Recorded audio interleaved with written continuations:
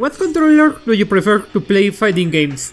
It's a very important question in general because it's about how do you feel comfortable in longer sessions, how your controller responds to your inputs, and how it affects your performance. You can use a D-pad, keyboard, an arcade stick, or a leverless stick, but switching from one to another it isn't an easy task because you can transfer your combo knowledge to other controller, but you cannot transfer your muscle memory, and it's something that is going to take a very long while to rebuild from scratch.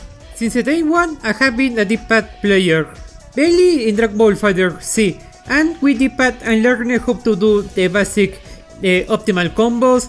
By the way, I never learned how to do the real jump since back then I had terrible connection and lacked the skills. And from that I played on the first controller in Tekken, Grand Blue Fantasy, and Street Fighter 6. I never felt uncomfortable doing combos or doing motion inputs, but with other games I find some small issues. For example, Tekken 8 and 7 I had to abuse a lot of the macros that the games allow you to configure, because I can't do, for example, 1+3 or 1+4 at the same time, which both of them are grabs or a special move. For some reason one button always comes a little bit faster than the other, so I had the wrong input. So basically if I wanted to play a different character, like for example King, I need to remember my whole macros, and if I wanted to play as Kunimitsu I had to redo my mapping again. However, after watching pro and really good players for a while, I had the idea to switch to a leverless stick because, I don't know, honestly it seems kinda cool and comfy. I don't like racing games where I will have to put myself in depth just to simulate driving. Hitting a mechanical keyboard or a leverless stick, it isn't expensive in comparison. However, it's still a big commitment. Lately, my Xbox One controller started to show its age. The buttons are becoming stiff, the drift is annoying, and worst of all, the D-pad can sometimes feel stiff. So instead of buying a new Xbox controller, or hell, even getting a PS5 controller, since it's like the standard in fighting game competition, I decided to get a mechanical keyboard as a birthday present. I was thinking of getting a leverless right away, but I saw it as a big compromise, since I wasn't sure at all if I would like the new way to play my fighting games, so I decided to go with the keyboard as an experiment, because I mean, if I didn't like it, I can still use it to play Terraria or Minecraft. So in June, I decided to start this long experiment. So this is what I experienced during 1 month of only using keyboard in fighting games. Street Fighter 6. The main reason I decided to switch to keyboard. Now, oof, this is a bit uncomfortable. Okay, look guys.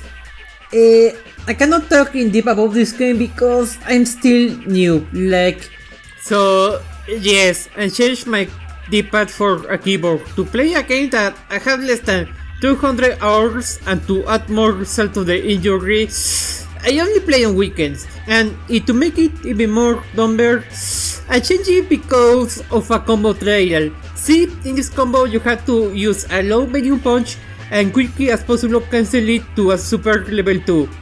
Now, here's the reality, you are never going to use it in a real match, because most engaged players use this medium punch instead, and believe it or not, this one is actually a lot more easy to perform the super cancel on D-pad, so in reality I didn't have an actual reason to change it to keyboard.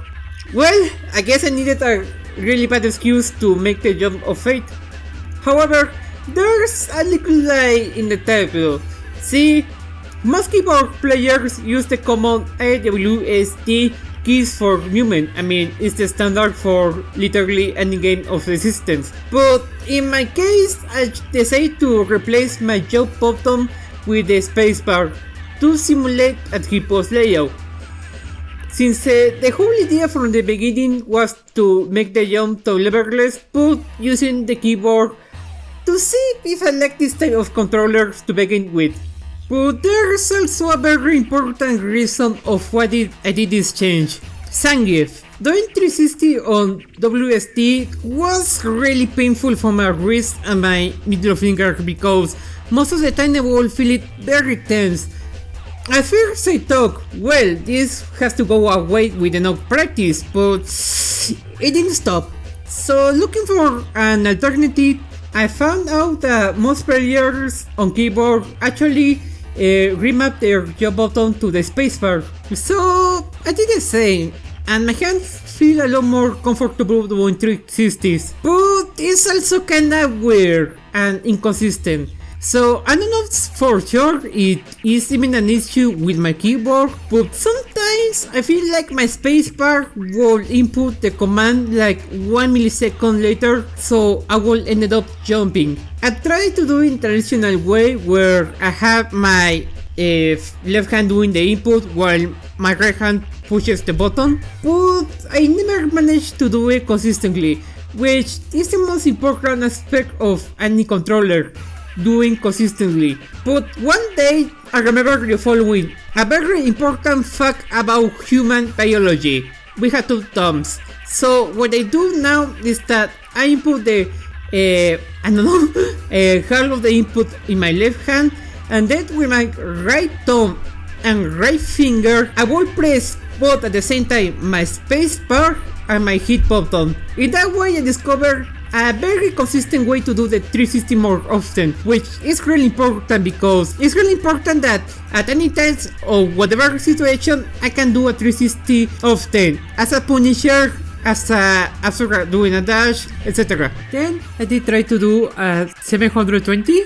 Well, it's kinda hard for me because sometimes I will put it out very smoothly as butter, but other times I will just do the EX360, which is kinda a good habit in one side because if I screw up the level 3, at least I could do a lot of damage with the X360, but I mean, it's not optimal. Usually you want to do the level 3 super while buffering a move, for example, heavy kick or dry impact on punish counter. Even though I changed my D-pad and throw it to the trash all the muscle memory, rebuilding all the muscle memory, it wasn't hard. By the end of the first week, I didn't have any issues. The only thing I was kind of struggling was with two macros. See, the game by default leaves you with two macros, the dry impact and the dry parry. I initially put them in the left side of my hit buttons because, well, I thought I would need a lot more precision to do the dry parry and the drag rush, but turns out the pinky finger can do still the job just fine, so I moved them to the right side of my keyboard. So currently this is my layout, I hope you can understand it, and honestly doing dry rush and dry parry it isn't hard.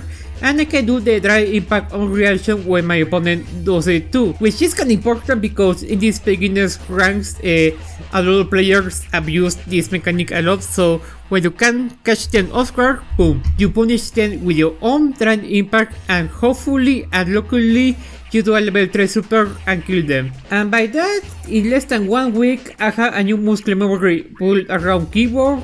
However, keep in mind that I don't play this game very often, so this is like a throw to the trash use of experience on D-pad because to be frank, Street Fighter 6 is my first game of this series, so yeah, I mean it was only like 4 months of playing this game this year, so yeah, I mean rebuilding this muscle memory in less than 4 months was too easy. Now, if you ask me about DPs or reversals or half circles, doing a reversal on keyboard can be hard at first, but with enough practice and especially timing, you can do it without problem. See, the key here is pressing forward and then typing quickly down, but keeping pressed down and then pause forward again and then boom. This technique is going to be very important for Tekken, so make your guess. So yeah, I was really happy about this change. My hands feel a lot more comfortable, I have access to all my buttons at once, and playing as Zangief can be tricky at times, but with enough practice it becomes second nature to do 360 and it beats 720. Thanks to buffering. Now, something I want to make clear and to not repeat myself in every section. The only issue that comes up with keyboard is that practicing all of this in P2 side, that means in the correct side or player 2, is going to be like really hard, because for some reason when I try to do the inputs backwards, my middle finger and my ring finger will feel a little tense. So it requires a lot more of time, because I need to that slowly make my hand get used to that type of movement to make it comfortable, and make sure I don't injure myself for forcing my hand doing these inputs. So yeah, keep in mind in all of these games that right side is going to be really hard, and it's going to take a lot of time to get used to it. So basically, if you change to keyboard, I would recommend playing in both sides to try to get used to both sides at the same time, because in this like D-pad where it's kinda easy to do the other your weak side more often.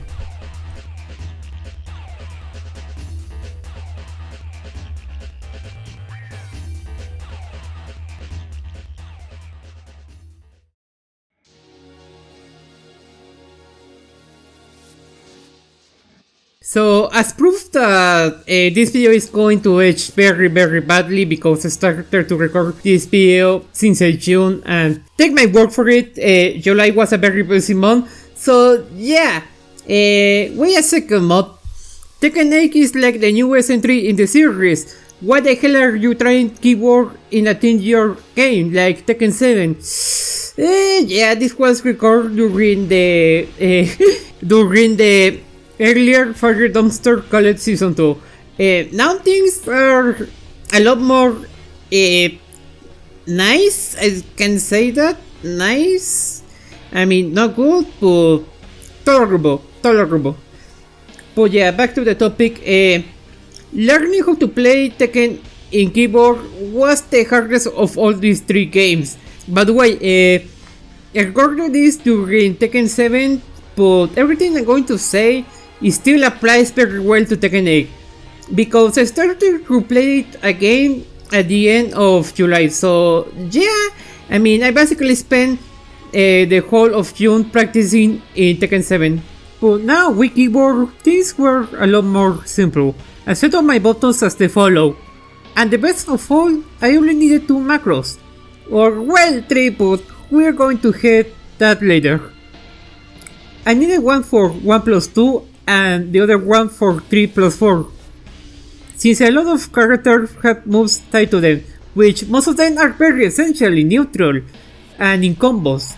So having them in a macro allows me to use them more consistently, especially as Jin, because in Tekken 8 if you press 3+4 you enter into his stance sense, and using this macro you can take more advantage of the stance evasiveness.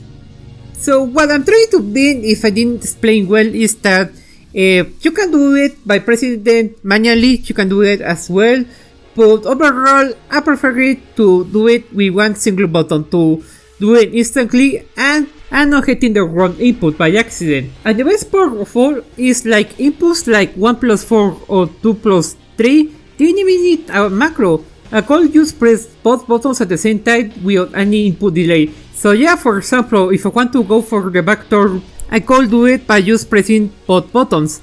Now you might think, why don't you use a macro in this situation? I mean, most of the time when you are using this type of moves is because you are thinking ahead that you're going to use them. The only case you might need a macro is for King's 1+4, which gives you a frame advantage, but honestly it's pretty rare to use it as well. I mean, yeah, it's a really good change, because honestly I don't need to change my button mapping every time I want to play a different character. So basically this layout works as well as Kunimitsu and Lydia and Asuka in Tekken 7, and in Tekken 8 works as well with Lydia and Jin Kazama. I almost forgot about something very important. Yeah, I stopped playing King a very long while ago, so I didn't have time to practice some chain grabs. So probably in another video I'm going to talk about how to play as him in keyboard. But yeah, I am sorry if I didn't mention him. So how was the change? It's really hard to change from gamepad to keyboard because in D-pad I have like 3 years of experience, so it was really rogue in this one. It was really rogue. So let's start by the good news, shall we? Movement was surprisingly easy to adapt. My stepping was more tight, so I was moving around without jumping by accident, and doing the side-step block was more easy and consistent. And believe it or not, the Korean backdash in keyboard was easy. Okay, so there's a trick here. In keyboard, if you press left and right but at the same time, you get a neutral input. Basically, this technique is called SOD. Now, let's take a good look at the Korean backdash. Yeah, okay, so it's hard to show it, but you do a motion input like this. You press first your backdash, but then you press your down input, but you press your forward input. But it's very important that you keep press your backdash input as well. It's hard to explain, but it's like doing a horse run. It's like Of course, my Korean backdash, it isn't perfect. It needs a lot of work, but I mean, that's a thing that is going to come over. So, what's the bad news, you might ask? Yeah, I had to rebuild from scratch my muscle memory for my attack buttons. So for some reason my brain struggled a lot to get used to the new button layout, especially when I needed to use the macros, because that was the main purpose, to use them conveniently while using a move in neutral, using it on the stick or works in a combo, because oh my god, I dropped a lot of combos. So for example, as Lydia in both Tekken 7 and 8, during a combo I will need to use a stance and enter to it to use a Wolf Saki Wolf 2. So you have to press both 3+4, which is a macro in my case. For some reason I couldn't find the macro, like it was right next to my 4 button, but I couldn't find it. So it was horrible, and especially because when I need to use the power crouch in a pinch, I couldn't find it. Like, oh my god, it was really awkward at the beginning. It took me many hours in practice mode to get down at least some of my basic combos for both Lydia and Kunmitsu in Tekken 7. Weirdly enough, Kunmitsu combos weren't hard, but the only thing I struggled a lot was with her mixos.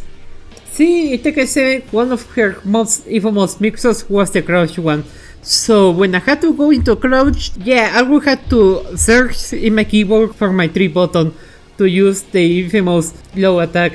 But after some days, I can see the upsides. I can do, for example, the Lydia's and Kuni's rage strat without the need of a macro, while with Asuka I can do the 1+4 string without macros. So basically I ended up only needing 6 buttons in total, or well, 7. Yeah, the 7 button was a generic grab, but mainly because these 2 buttons also works as a parry command in most characters, especially in Tekken 8, because Lydia, her parry is an automatic one, so basically you can get back a neutral at any time. And as mentioned before, in Street Fighter 6, the pinky finger can also act precisely. And the best part of all is that as Jin, I can get access to his command graph in Tekken 8 quick enough. Speaking of which, let's talk about something that might have you waiting all of this time. The peak of execution in this game, Electrics.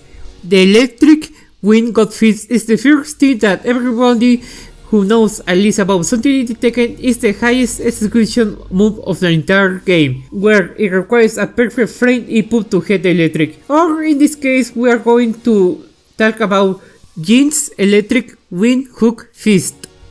Now, unlike in Tekken 7 where it doesn't launch if it is not an electric, in Tekken 8 is a launcher with or without it. However, you might still want the electric since it is a very good frame trap for Jin, since it leaves you a +5 frames. So here's the thing, technically speaking, it isn't hard to do electric. You only have to press down forward and 2 at the same time. The issue is getting it right. It took me many attempts to try to find a methodology to make it work. First, I tried to do it very slowly. Not to do the electric, but to get the command right first. I often try to tap forward to make sure I press down and quick enough the diagonal input. I don't know if the screen makes it clear, but it's what I try to do. Then I try to do the same slowly, but now pressing the diagonal input and 2 at the same time. Before I try to do electric for real, I crouch and try to hit this command first. And after that a bit of warm up, I'm gonna be honest, what works for me is figuring out the timing first, to press both buttons at the same time. I kinda hate it because I kinda find my own timing where I can do at least 2, 3 to 5 electrics in a row without any issue. However, and as mentioned before in Street Fighter 6, practicing this in Pito's side was more harder than expected because keep in mind I had to practice this as well because it's a very known meme that you kinda have to throw the opponent to the other side to make it useless. So to put it in a nice and smooth nutshell, take your time and practice electric in both sides. It took me hours to do it in P2 sides, but at least I have my important key moves and combos narrowed down in that side. And I can do at least 1 to 3 electrics in a row. But of course, it takes a long time because I started to play as Jen at mid-July.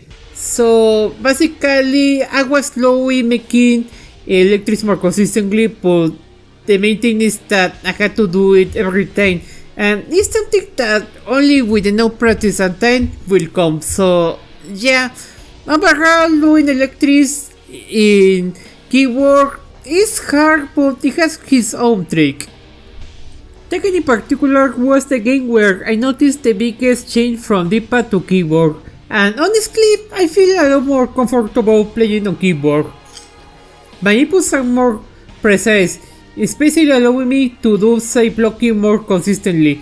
I don't rely on macros, which honestly it isn't a big upside for everybody else, but for me that means I know how to change my button mapping every 5 minutes if I want to play another character. So yeah, that's 2 thumbs up. The only downside is that doing electrics in keyboard or in leverless is a lot more harder than doing on D-pad or in arcade stick, but otherwise, with enough practice you can overcome it. But yeah, I feel like I really like this change. I really enjoy playing on keyboard. I feel more comfortable. So yeah, this is a game where I would say if you want to go for leverless, it's worth to give it a shot. Keep in mind that you have to revolve your muscular memory from scratch, but you're gonna find that it's worth it. It's worth it.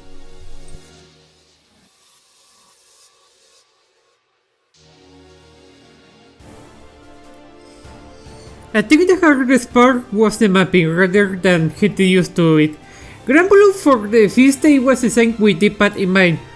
After all, the casual audience is their primary target, and as said, is in D-pad in mind, so basically you have access to all 4 attack buttons in front of the D-pad, but with the shoulders button you could easily use a motion shortcut input, more on this later, the block button, and especially the dash. So I had to take that in mind when mapping my buttons to keyboard. I need to have my skill button and block button in a very comfortable spot, but at the same time very convenient. Because having them in a very convenient spot allows me to do an instant reversal and dodge consistently. But also having the dash button, it will be helpful because in that way I can spam 6L, which is literally the most important tool to start an offensive. So after doing a long research, I found out in Reddit this layout, having light, medium, heavy button all together in a smooth line, but usually you have your special button under light. This layout is often used in arcade games like Dragon Ball Fighter Z, a classic one, and Guilty Gear.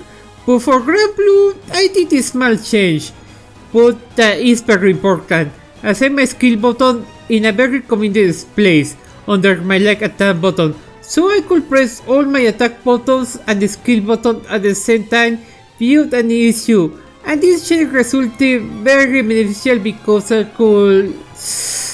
okay, look, there's a very good reason we have our skill button in a very convenient place, where I can press my skill button and my attack button at the same time. Because in this game, you don't really need motion impulse, literally.